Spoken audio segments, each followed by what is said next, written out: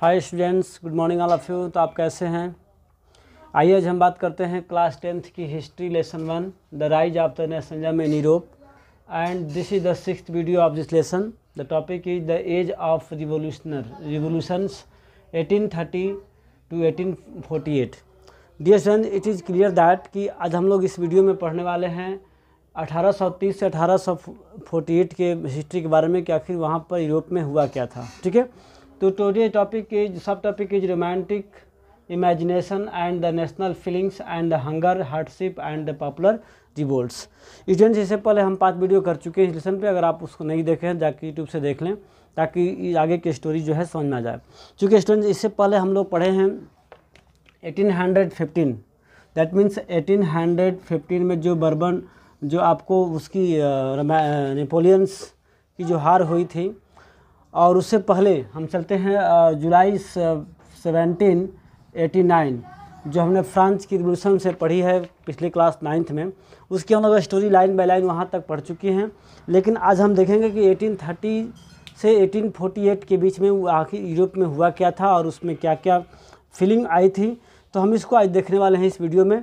इसलिए आपके अगर पास अवेलेबल है हिस्ट्री की बुक तो आप पेज नंबर 18 को ओपन कर लें ताकि आपको लाइन बाय लाइन का स्टोरी क्लियर समझ में आ जाए। ओके, आइए देखते हैं page number 13, the age of revolutions 1830 to 1848। Okay, चलते हैं। As conservative regime try to consolidate their powers, liberalism and the nationalism came to be increasingly associated with the revolutions in many regions of Europe such as the Italian and German states the provinces of Ottoman Empire, Ireland and Poland। Student, जैसा कि हम जानते हैं कि 1815 के बाद 1815 में जो नेपोलियन की हार हुई थी उसके बाद जो है जो कंजर्वेटिव थे। अब कंजर्वेटिव कौन थे आपको पता ही है, जो पुराने ख्यालात के लोग हैं, जो पुराने रूढ़िवादी विचारधारा के लोग हैं, उन्हें कंजर्वेटिव कहा जाता है। वे लोग हमेशा चाहते थे कि अपने पावर को मजबूत करें, अपने आप को जो है अधिक ज़्यादा पावरफुल का मतलब पावर मिलाएं और फिर से पुराने विचारधारा को, पुराने ख्यालात को, पुराने नियम कानून को लागू किया जाए। इससे जो लिबरलिज्म है, जो मतलब उदारवादी जो लोग थे या फिर राष्ट्रवादी जो थे, वे हमेशा अपने पावर को मतलब रिवोल्यूशन से देख करके मतलब रिवोल्यूशन को जुड़ करके अपने आप को आगे मानते थे। These revolutions were led by the liberal nationalist belonging to the educated. और ये जो आपको रिवोल्यूशन था वो हमेशा होती रहती थी लिबरल नेशनलिस्ट उदारवादी राष्ट्रवादी वो के द्वारा। और इसमें खासकर से जो मिडिल क्लास के लोग थे वे लोग इसमें शामिल थे। जैसे आपको कह सकते हैं कि उसमें मैक्सिमम लोग जो प्रोफेसर थे यानी कि एजुकेटेड लोग थे, पढ़े लिखे लोग थे, स्कूल टीचर्स थे, क्लर्क थे and members of the commercial middle classes. यानी कि इस रिवोल्यूशन में जो कंजर्वेटिव लोग थे उनके अगेंस्ट में जो हमेशा से लड़ने वाले यही लोग थे जो लिबरल नेशनलिस्ट थे।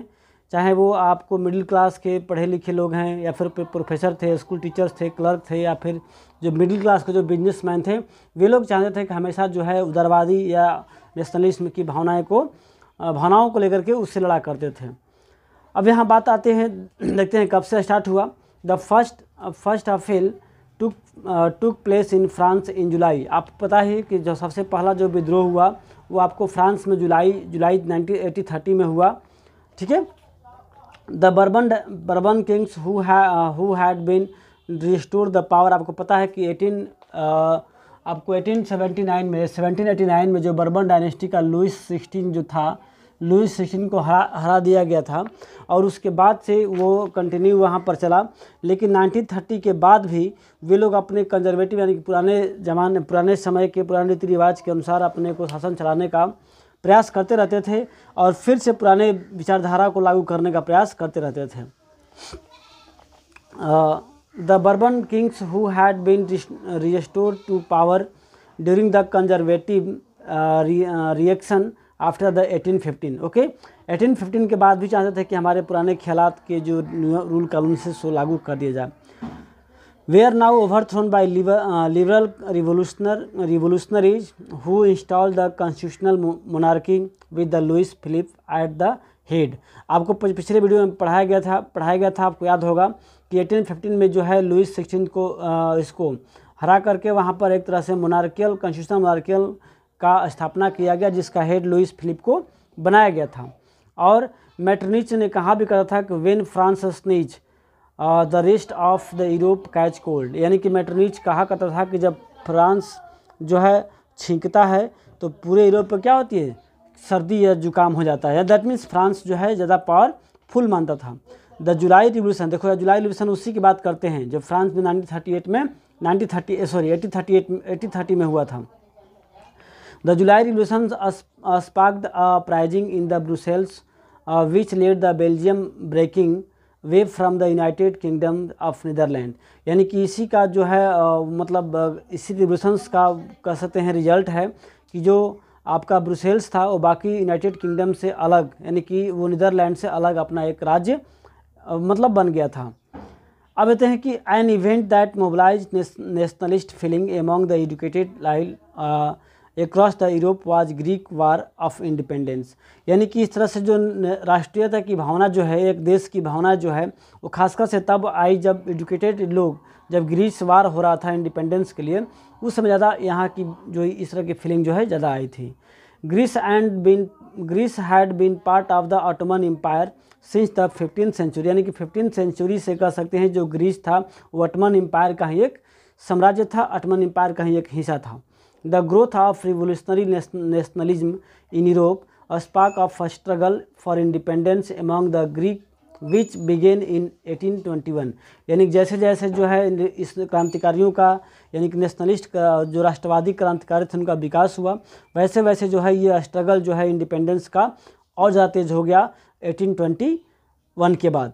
Nationalist of Greece got supported from the other Greek living in the exile and also from many Europeans who had sympathy of ancient Greek culture, और जो ग्रीक को सपोर्ट और ज़्यादा जो है नेशनलिस्ट जो मिलता था, जो ग्रीक से एक्साइल यानी ग्रीक से बाहर निकाल दिया गया था, जो इसको ग्रीक से बाहर निकाल दिया गया था, उनको वो भी सपोर्ट करते थे इस चीज़ को, या फिर जो पश्चिमी देश में रहने वाले जो यूरोपियंस थे जो कि ग्रीक के कल्चर को अब सपोर्ट करते थे, ग्रीक की जो सभ्यता थी, भाषा थी, उसको सपोर्ट करते थे, वे लोग भी इनको सिंपैथी के रूप में देते थे।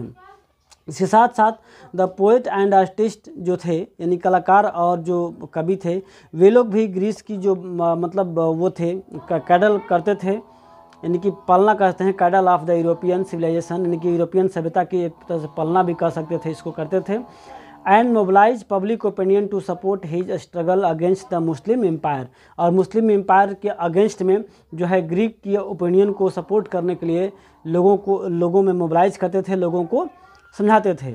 The English poet Lord Byron organize funds, और जब एक पोएट हैं इंग्लिश पोएट, इसका नाम है लॉर्ड बैरन, उन्होंने भी फंड इकट्ठा किया और लास्ट में उन्होंने युद्ध में चला गया। युद्ध मतलब वो जो नई इंडिपेंडेंस वाली वार जो है, वार ऑफ इंडिपेंडेंस में चले गए, और लास्टली उनका 1824 में फीवर की वजह से मृत्यु जाती है। Finally the treaty of Constantinople of 1832 recognize Greece as an independent nation, और लास्ट में क्या हुआ, एक ट्रेटी के अकॉर्डिंग जो है ग्रीस को अलग कर दिया गया, अलग मतलब ग्रीस को एक आज़ाद देश के रूप में घोषित कर दिया गया। अब यहाँ पर एक बात आती है सामने जो है 3.1 पॉइंट जो आपका है the romantic imagination and the national feeling. आखिर यहाँ पर एक तरह से राष्ट्र की भावना कैसे लोगों में आई, किस तरह से लोगों में एक राष्ट्र की भावना जगी, चूँकि ऐसा पहले नहीं था। चूँकि इसलिए मैंने आपको पिछले वीडियो में समझाया था कि पहले जो मान लो कि एक एरिया था किसी राजा के अंडर में कंट्रोल हुआ गया तो उसका ए एरिया हो गया, मान लो उसने फिर आक्रमण करके इस एरिया को भी अपने कब्जे में कर लिया तो उसका एरिया पूरा का हो गया, फिर उन्होंने आक्रमण करके आगे के एरिया को बढ़ा लिया तो इसका पूरा एरिया, यानी कि इस तरह से जो लोग थे अलग अलग एरिया का, उसमें किसी भी प्रकार से नेशनल की, एक राष्ट्र की, एक देश की भावनाएं नहीं आती थी। क्योंकि आज इस राजा के अंडर में है, कल कोई और आक्रमण किया तो उसके अंडर में हो जाएंगे। इस तरह से जो था लोगों के बीच में एक राष्ट्र के प्रति समर्पित या समर्पण की भावना जो है नहीं आती थी। तो हम यहाँ एक टॉपिक में पढ़ने वाले हैं कि आखिर किस तरह से स्टार्ट हुई एक लोगों के मन में एक नेशनलिज्म की भावनाएं को, फीलिंग को। देखते हैं the development of nationalism did not came about only through wars and territorial expansion, यानी कि हम कह सकते हैं कि राष्ट्रीयता की भावना केवल युद्ध के प्रति युद्ध से ही नहीं आया, और इसके लिए और सारे पॉइंट्स रिस्पॉन्सिबल हैं। जैसे आपका हो गया कल्चर प्लेट, यानी कि संस्कृति सभ्यता जो है अपना ही एक अलग इम्पोर्टेंट रोल जो है प्ले की एक राष्ट्र की भावनाओं को फीलिंग करने के लिए। जैसे यहाँ पर art and poetry, stories and music help express and shape nationalist feeling, यानी कि एक राष्ट्र की भावनाओं को लोगों में आने के लिए आर्ट, कला, पोएट्री, स्टोरीज, म्यूजिक, इस सब चीज़ों का ही बहुत ज़्यादा योगदान है। Let us look at the romanticism, यानी कि रोमानीवादी एक तरह से कल्चर को यहाँ देखते हैं। A culture moment which sought to be developed a particular form of nationalism sentiment, यानी कि हम यहाँ देखेंगे एक तरह से कि कल्चर मोमेंट भी लोगों के मन में एक तरह से पार्टिकुलर जो है सेंटिमेंट, यानी कि राष्ट्रवादी भावनाओं को भरता है।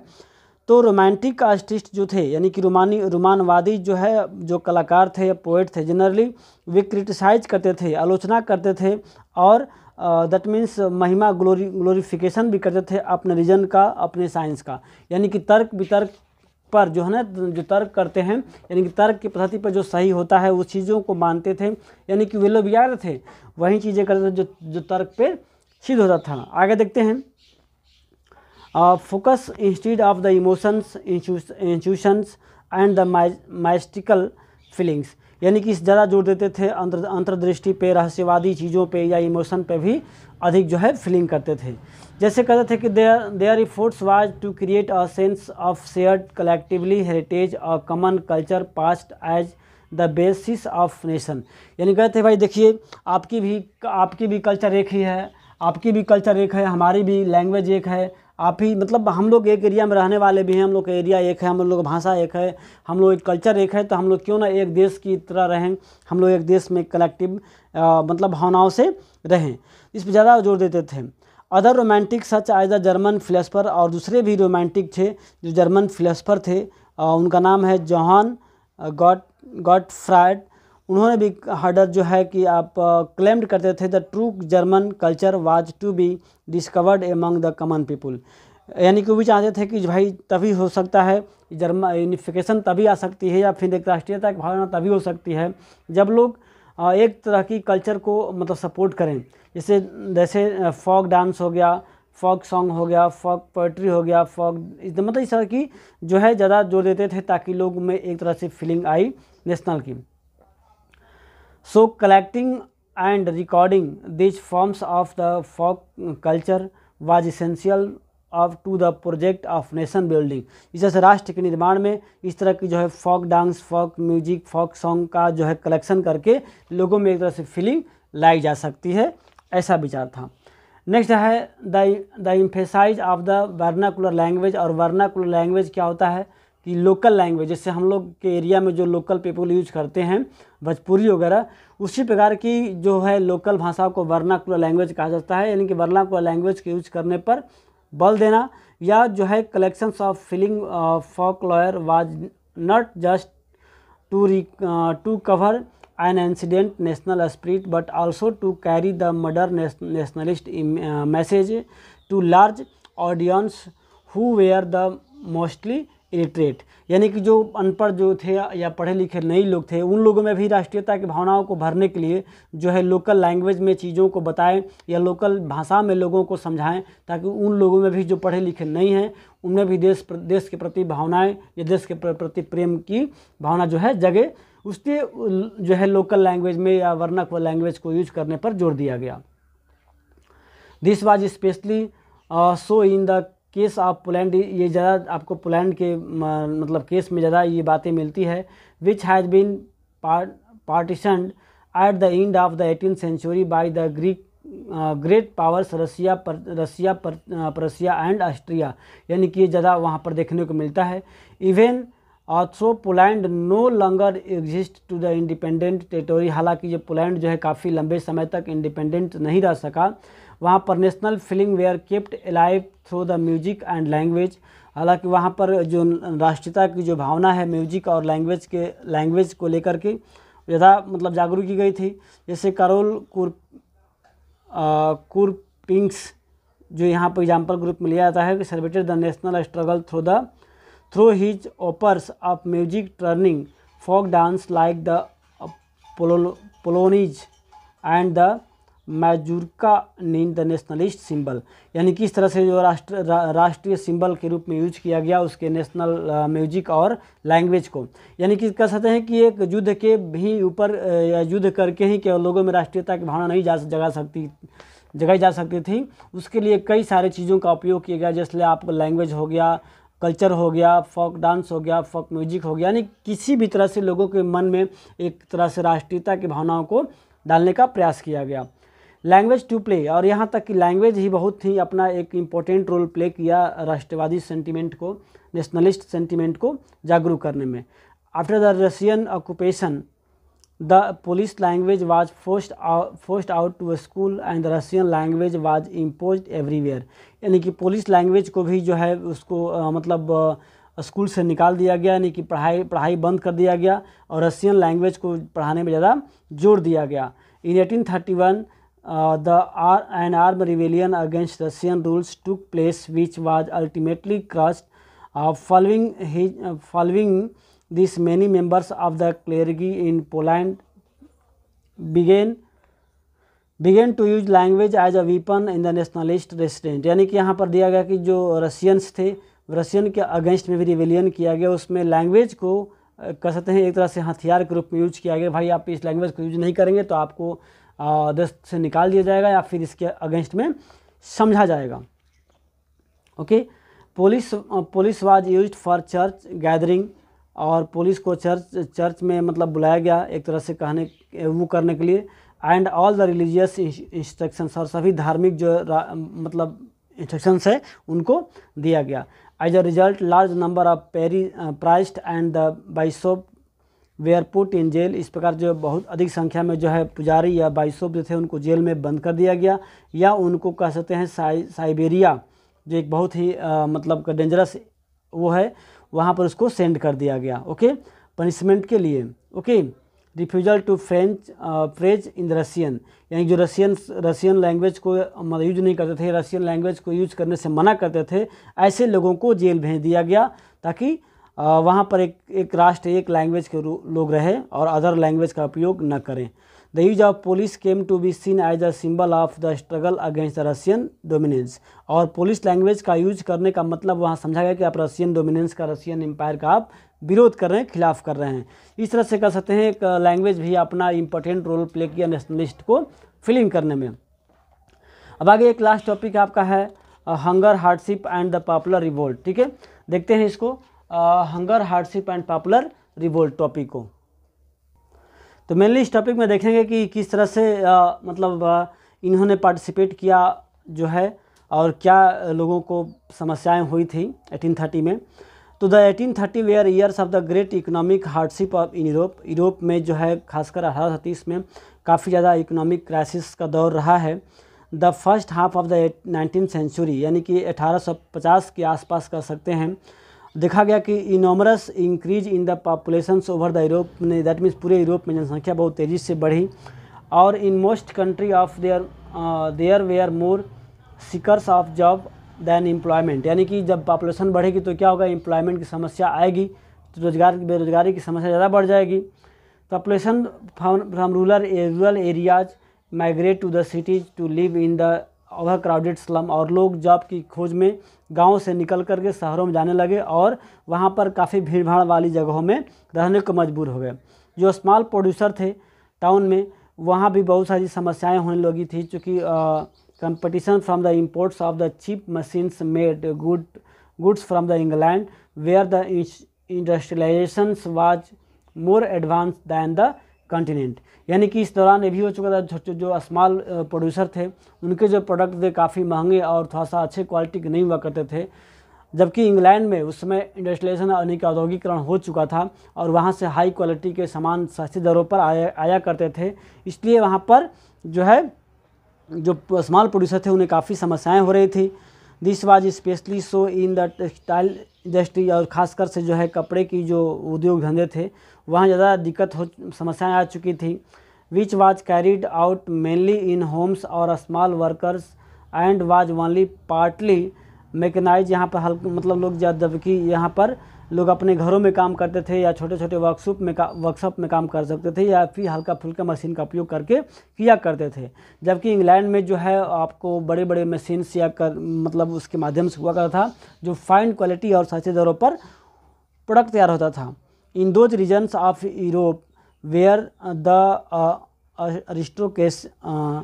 Aristocracy still enjoy power peasant struggle. जबकि वहाँ पर जो अरिस्टोक्रेसी थे वो काफ़ी ज़्यादा जो है पावरफुल थे और इन्जॉय करते थे, जबकि पीजेंट वगैरह थे काफ़ी जो है स्ट्रगल करते थे और उनके ऊपर जो है फीडरल यानी कि जो टैक्सेस का भी बर्डन था और ओब्लिगेशन भी ज़्यादा उन पर हुआ करता था। The rise of food price और इस प्रकार जो है फूड ग्रेन्स की काफ़ी डिमांड की वजह से जो है प्राइसेस जो है काफ़ी ज़्यादा बढ़ने लगी थी और ख़ासकर समस्याएं तब बढ़ती थी जब फसल जो है बर्बाद हो जाया करते थे किसी भी रीजन की वजह से।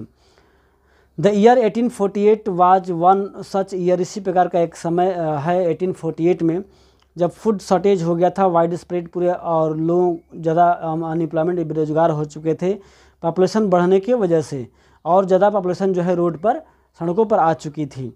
बैरिकेड्स वेयर इरिटेट यानी बैरिकेड जो है तोड़ दिया गया था एंड लुइस फिलिप जो कि आपको बताया गया था मोनार्की कॉन्स्टिट्यूशनल मोनार्की का हेड बनाया गया था उसे मजबूर कर दिया गया देश से बाहर भाग जाने के लिए। National assembly proclaimed to the republic और जो नेशनल जो असेंबली था उसे प्रोक्लेम कर दिया रिपब्लिक होने के लिए और वहाँ पर बात किए गए सभी लोगों को जो 21 ईयर्स के एबव जो मेल हैं उन्हें वोट के राइट देने के लिए वो प्रोक्लेम्ड किया गया and guaranteed to right to work और काम की भी गारंटी का ये कि भाई कि सबको सही पॉपुलेशन जो है उसको वर्क दीजिए और उसका अधिकार है। National workshop to provide employment where set up और इस तरह से जो है राष्ट्र लेवल पे एम्प्लॉयमेंट देने के लिए एक वर्कशॉप सेट किया जाए, इस तरह की बातें वहाँ कही गई। Earlier in 1845 weavers of Cilicia had led to the revolt against the contractor who supplied them raw materials and gave them order for finished textiles but drastically reduced their payments. That means यहाँ पर एक तरह से revolt हुआ था, विद्रोह हुआ था 1845 में जो सिलिसिया में जो कंट्रैक्टर थे उनके अगेंस्ट में लेबर ने या वेवर किए थे। यहाँ पर एक्चुअली हुआ था कि जो कंट्रैक्टर थे वो लेबर्स को या वेवर्स को रॉ मटेरियल देते थे और उसके बदले में उन्हें जो है प्रोडक्ट्स तैयार करने को बोलते थे और उसके लिए उन्हें कुछ पेमेंट करते थे। हालांकि यहाँ पर रिवोल्ट तब हुआ जब वो जो उनका वेजेज था उसे रिड्यूस कर दिया गया था, पेमेंट को कम कर दिया गया था। पेमेंट को बढ़ाने के लिए वहाँ के जो लेबर थे वेबर थे वो रिवोल्ट कर दिए थे।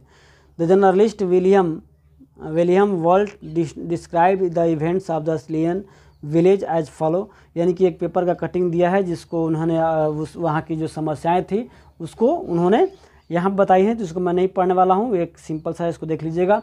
ठीक है, हम फिर नेक्स्ट वीडियो में मिलते हैं the revolutions of the liberals point number 3.3 1848 के साथ नेक्स्ट वीडियो में। तब तक के लिए गुड बाय।